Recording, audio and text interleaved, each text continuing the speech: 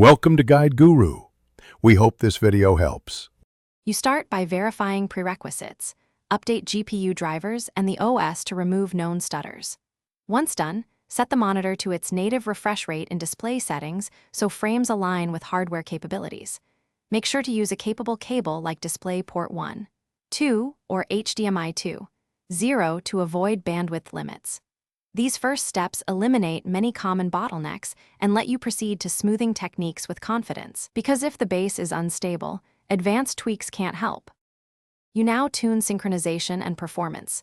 Enable the appropriate sync method, V-Sync, G-Sync, or FreeSync, based on your GPU and monitor to prevent tearing. Then cap the frame rate near the display refresh or use adaptive frame limiters to keep timing consistent. Next, optimize rendering and latency by closing background apps and using performance mode in the GPU control panel. Finally, adjust in-game graphics settings to reduce frame variance. Consistent frame timing matters. You finish by validating results and handling issues.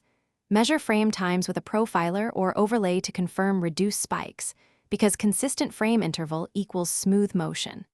If stutter continues, swap cables or try different ports to rule out hardware signal problems, and test another display if available.